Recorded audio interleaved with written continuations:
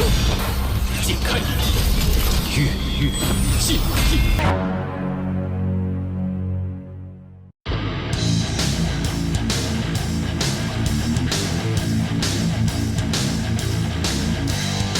Halo guys, kembali lagi bersama Mimin di channelnya Film. Bagaimana nih kabar kalian hari ini? Semoga masih diberi kesehatan ya. Dan pada video kali ini, Mimin hadir kembali untuk meneruskan alur cerita dari sang penerus Tangshan, yaitu Youhao dan Wang Dong, dalam Solen 2 episode terbaru, yaitu Solen 2 episode 69.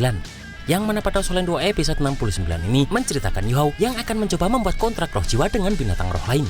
Dan kita juga akan melihat sparring kuat antara Ji Chen melawan Bei Bei.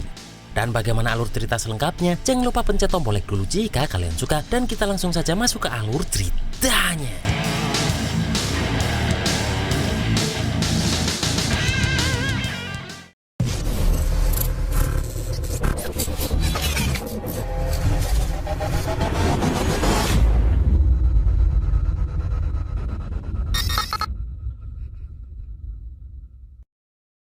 Di sini pun terlihat Wang Dong terkejut melihat Ciur bisa mengalahkan 3 roh binatang kelahiran dalam satu serangan.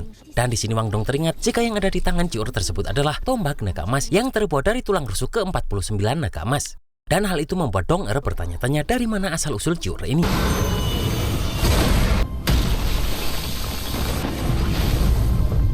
Di sini Ciur ini tak akan membiarkan para jiwa-jiwa yang tak bersalah ini terus dikendalikan oleh para master roh jahat dan dimurnikan menjadi jiwa binatang. Namun di sini Youhao maju dan berkata bahwa Youhao bisa membebaskan para jiwa binatang tersebut. Di sini pun Youhao langsung mengeluarkan tongkat yang diberikan Yirikase dan langsung menggunakan teknik warisannya untuk membersihkan para jiwa binatang yang terkotori ini. Dan hal itu pun membuat 3 master roh jahat itu bertanya-tanya siapa Youhao ini karena sebuah jiwa bisa dimurnikan oleh Youhao ini.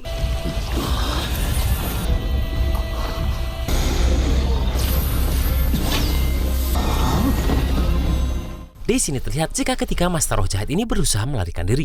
Namun Dong dan Ciur yang melihat itu tak akan melepaskan mereka begitu saja. Melihat bahwa senjata ketiga orang tadi beracun, Youhao pun menghentikan mereka bertiga. Apalagi hutan Chengdo ini sangat berbahaya dan lebih baik mereka tak perlu mengejarnya. Di sini terlihat jika beruang ganas cakar emas gelap betina kemarin langsung mendekati beruang jantan yang adalah pasangannya. Dan mereka berdua terlihat bahagia karena akhirnya mereka bisa bersatu kembali.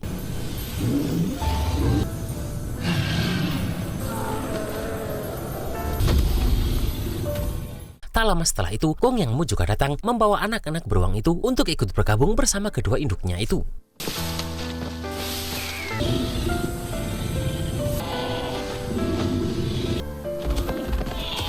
Namun pada akhirnya, beruang jantan yang sudah menjadi jiwa pun harus meninggalkan si betina dan anak-anaknya. Melihat itu, Gong Yang Mu merasa bahwa para master roh jahat ini memang penuh kebencian. Di sini Guru Cha yakin jika era baru hubungan antara master roh dan binatang roh akan segera ditulis di benua dahulu karena kejadian ini. Dan Guru Cha pun bertanya apakah Youhao setuju dengan perkataan beliau ini.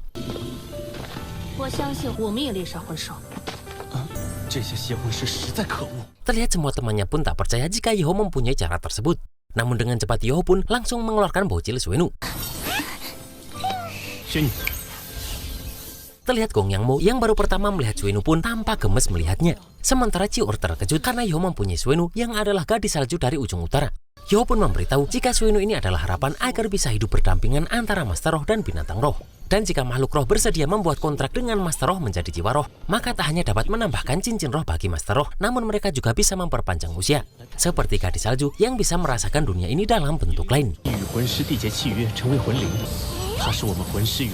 Di sini Gong Yang Mu pun bertanya-tanya, bisakah jiwa roh ini bersifat universal? Dan Guru Cha pun memberitahu bahwa mencari kebenaran tentang semua ini adalah salah satu tujuan perjalanan mereka kali ini.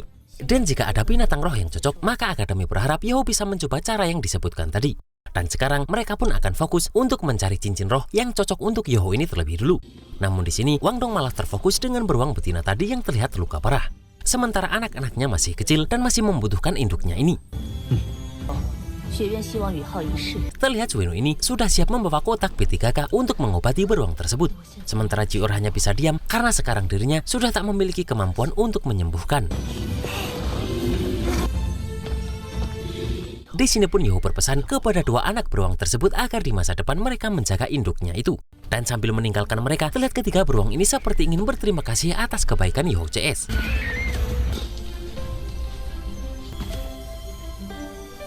Setelah itu pun, mereka meneruskan untuk mencari binatang roh yang cocok untuk Youhao. Di sini Yeho merasa jika seharusnya sekarang mereka sudah dekat dengan area inti hutan Jingdou karena rumput di tempat ini lebih rimbun dari tempat sebelumnya. Guru C pun membenarkan hal itu dan meminta semuanya untuk berhati-hati. Kemudian Guru C pun meminta mereka berhenti karena beliau merasakan sesuatu di depan. Dengan cepat Yeho pun langsung menggunakan deteksi mentalnya untuk memeriksa apa yang terjadi. Dan di sini Yeho melihat jika sekitar 5 km ke kiri depan ada 4 binatang roh yang sedang bertarung. Mendengar itu pun Guru C langsung meminta semuanya untuk memeriksa. Setelah dekat pun Ji-ur memberitahu jika yang sedang bertarung adalah seekor binatang roh Yin Ying berusia 10.000 tahun yang sedang bertarung melawan 3 kera serigala mutasi yang berumur 10.000 tahun juga. Guru C pun memberitahu jika Yin Ying ini beratribut mental namun dikabarkan telah punah. Dan Guru C pun tak menyangka jika Ji-ur mengetahui binatang Yin Ying ini padahal itu hanya tercatat dalam kitab kuno saja. Mendengar itu pun Yeho menyadari jika binatang roh ini sangat langka. Di sini mereka melihat jika sepertinya binatang Yin Ying ini hampir tak bisa bertahan melawan kera serigala yang bermutasi dan memiliki skill dengan atribut kegelapan ini. Guru C pun memberitahu jika binatang Yin Ying ini hanyalah binatang roh tingkat 3, namun dia memiliki sejenis teknik bawaan yang sangat kuat. Di sini Yeho langsung sadar jika teknik bawaan yang disebut barusan adalah meniru teknik lawan. Setelah Yeho melihat Yin Ying ini menggunakan teknik milik kera serigala untuk melumpuhkan ketiga kera serigala tersebut. Di sini Guru C pun memberitahu jika lebih tepatnya teknik itu disebut dengan teknik mencetak. Karena dalam sekejap saat lawan mengeluarkan tekniknya, maka Yin Ying ini akan mencetak teknik lawan dan menyimpannya.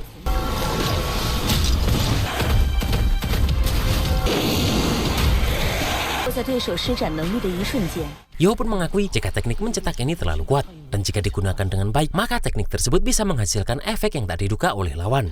Namun sayangnya Yin Ying ini sudah terluka sangat parah dan tak bisa hidup lebih lama. Melihat itu pun, di sini Ji-ur bergerak lebih dulu untuk menyelamatkannya. Sementara Yeho dan yang lainnya langsung mendekati Yin Ying yang sudah lemas ini. Di sini Guru C memberitahu jika teknik mencetak dari Yin Ying ini sepenuhnya terbentuk dari kekuatan mental. Dan karena hal itulah binatang roh ini sangat cocok untuk master roh atribut mental seperti Yeho tersebut. Terlebih lagi, tak ada seorang pun yang tahu apakah di benua ini masih ada binatang Yin Ying yang lainnya atau tidak. Mendengar itu pun, Yeho berniat bernegosiasi dengan binatang itu apakah dia mau menjadi roh jiwanya atau tidak.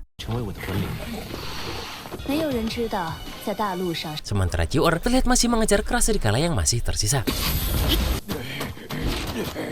Dengan cepat pun Ji-ur menggunakan tombak emasnya untuk menyerang kera serigala ini. Namun terlihat jika binatang roh ini bisa berteleportasi dengan cepat. Di sini Ji-ur tak akan membiarkan kera ini lepas begitu saja dan terus menyerang menggunakan tombak emasnya.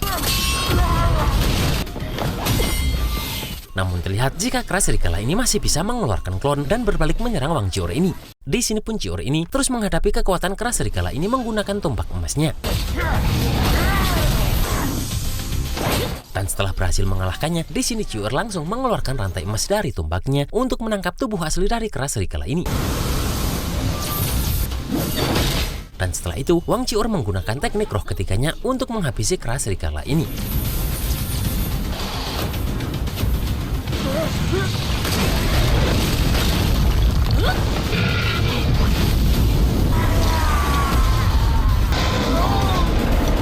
Dan setelah kera itu mati, terlihat tulang roh yang dia tinggalkan. Sementara Guru C yang melihat itu tak heran jika itu begitu kuat karena itu adalah naga emas milik Wang Ji-ur.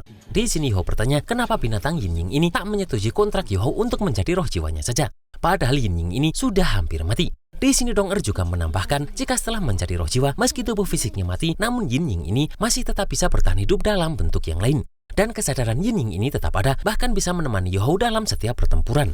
Untuk meyakinkan binatang roh itu pun, di sini Yeho langsung mengeluarkan Suinu. Dan Dong-er menjadikan Suinu ini contoh jika Yin Ying mau menjadi roh jiwa milik Yeho.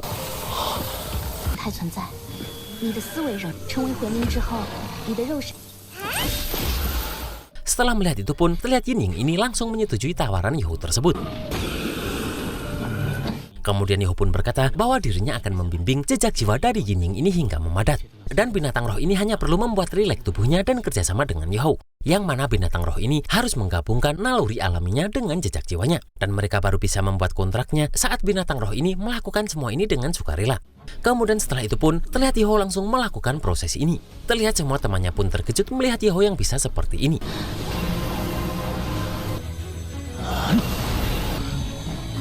Setelah itu pun, terlihat Yeho langsung mengeluarkan tongkat yang diberi oleh Yili Kase.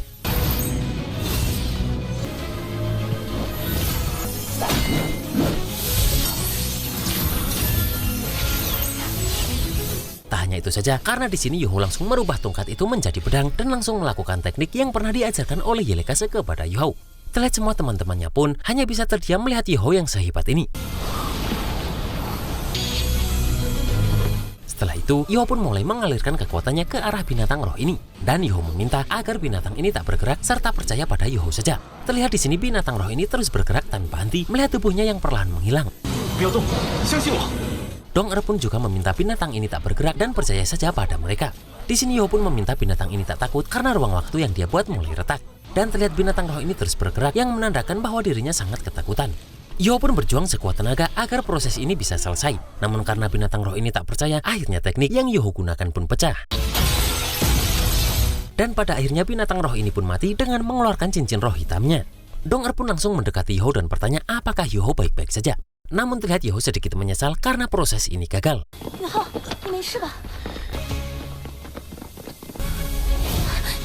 Di sini Guru Cai pun menenangkan Yuho dan berkata jika percobaan kontrak jiwa roh masih membutuhkan proses yang panjang dan tak bisa diselesaikan dalam sekali percobaan. Dan Guru Cai meminta Yuho tak marah, kemudian meminta agar Yuho menyerap binatang roh ini sebagai cincin roh Yuho saja. Karena nyatanya binatang ini mundur dan tak mempercayai Yuho sepenuhnya.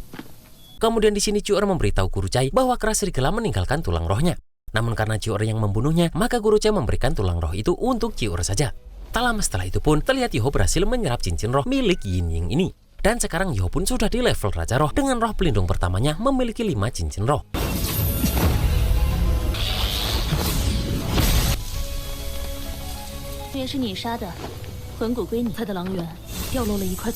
Di sini Guru Cai pun menyayangkan karena fusi jiwa roh Yuho gagal. Namun untungnya Yuho masih bisa menyerap cincin roh dari makhluk tadi. Dan karena mereka sudah melakukan perjalanan ini dengan baik, sudah saatnya mereka kembali ke akademi. Tak lama setelah itu, mereka sudah sampai di Akademi Shrek dan mereka tetap puas karena mereka berhasil mendapatkan cincin roh. Meskipun di tengah perjalanan, mereka harus menghadapi bahaya dari Master Roh jahat. Terlihat Gong yang mau berterima kasih kepada Yuho karena kaki buatannya itu juga dikembangkan oleh Akademi serta Sekte Tang. Di sini mereka dibuat bingung karena semua murid sudah berkumpul di gerbang utama Akademi Shrek. Dan saat Yuho melihat ternyata itu karena Jijue-chan yang berasal dari Akademi Ryu berani datang ke Akademi Shrek ini. Dan tak hanya dia saja, karena di sini Guru Xuan Jiwen juga datang ke Akademi Shrek untuk mencari Yuho. Di sini Yuho pun tak percaya jika mereka benar-benar datang ke Akademi Shrek. Kemudian Yuho pun mengajak mereka jalan-jalan dan Jijue-chan mengaku bahwa dirinya sudah keluar dari Akademi Ryu dan menepati janjinya untuk menantang lawan yang lebih kuat di Akademi Shrek. Sedangkan Xuan Jiwen mengatakan bahwa dirinya menerima undangan Yuho untuk bergabung dengan Sekte Tang. Dan mendengar itu pun tentu saja Yuho sangat bahagia dibuatnya. Di sini pun mereka berhenti di depan penjual ikan bakar yang mana ikan bakarnya itu adalah ikan bakar ala Hu Yuhao. Namun penjual itu marah karena Yuho CS ini pergi begitu saja dan tak membelinya. Padahal ya kan, Yuho yang disebut orang tadi tepat berada di depan orang ini. Tak lama setelah itu, Yuho dan Dong pun langsung membawa Xuan Jiwen dan Jijue-chan ke Sekte Tang. Dan terlihat jika Bebe dan yang lainnya sudah menunggu kedatangan Yuho ini. Di sini Xuan Jiwen tak percaya jika bocah seperti Yuho sudah memiliki prestasi sehebat ini. Namun Yuho tak mau mengakui itu dan berkata jika semua ini berkat kerja keras semua saudaranya, baik senior ataupun junior Sekte Tang. Di sini pun Bebe menyambut Xuan Jiwen ini dan berharap dia mau memberikan bimbingan untuk Sekte Tang. Di sini pun Yuho memberitahu Jijue-chan bahwa dalam hal kultivasi, Bebe lah yang paling tinggi di dalam Sekte Tang ini. Mendengar itu pun, Jijue-chan langsung mengajukan tantangan untuk sparring dengan Bebe ini. Dan dengan cepat pun, Bebe pun langsung menerima tantangan dari Jijue-chan ini. Di sini Xuan Jiwen memberitahu jika setelah menempuh perjalanan dengan Jijue-chan, Xuan Jiwen sudah mengerti niat pedang dari Jijue-chan ini. Dan Xuan Jiwen juga ingin melihat seperti apa kekuatan Sekte Tang. Jijue-chan yang sudah berhadapan dengan Bebe pun langsung mengeluarkan pedangnya. Di sini Yuho bertanya apakah Jijue-chan ini tak pernah menemukan pedang yang cocok untuknya setelah teringat pertarungan mereka. Dan di sini Yuho pun langsung mengeluarkan pedang penghakiman yang sudah dia simpan. Di sini Nanan pun teringat jika pedang itu adalah senjata pemandu roh level 8 yang membuat roh pelindung Ma Xiaotou bermutasi. Di sini telah Jijue-chan berterima kasih melihat pedang sebagus itu. Yuho pun mengatakan jika Jijue-chan menyukai pedang itu, maka Yuho mempersilahkan Jijue-chan ini mengambil pedang itu. Karena pedang bagus hanya cocok untuk seorang pahlawan. Sedangkan jika pedang ini terus dibawa Yuho, maka itu akan sia-sia.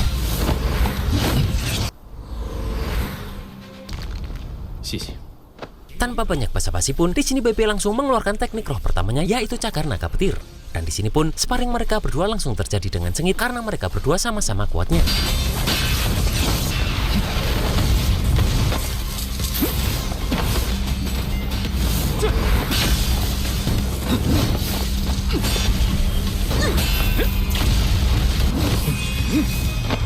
Nanan pun teringat jika saat itu Marulong pernah menggunakan pedang itu sekali. Namun karena kultivasinya tak berkembang selama 1 tahun, maka pedang itu akhirnya diambil dari tangannya. Dan apakah sekarang Ji Chuechen bisa menguasai pedang penghakiman ini?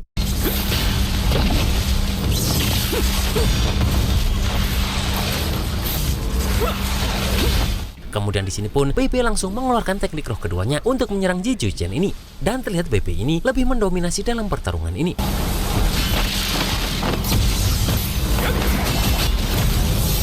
Namun Yoh memperingatkan agar teman-temannya ini tak meremehkan Ji Chuechen ini. Dan benar saja jika Chuechen masih bisa bertahan karena penguasaannya terhadap pedang lebih tinggi daripada Marulong.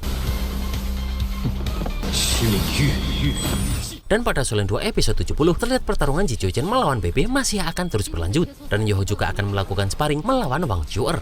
Sementara itu akan terjadi sesuatu dengan Dong yang membuat Yoh begitu khawatir.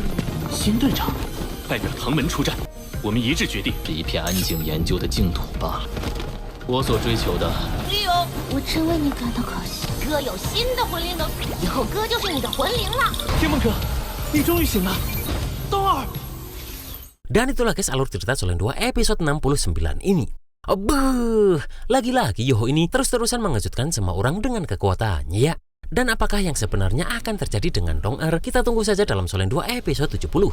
Akhir kata, selamat berakhir pekan dan see you next episode.